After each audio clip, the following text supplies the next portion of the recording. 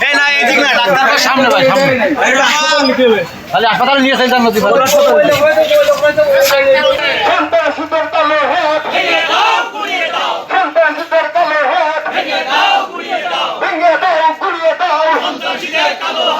আমার ভাই আহত পাবে আমার ভাই আহত পাবে প্রশাসন জবাব দে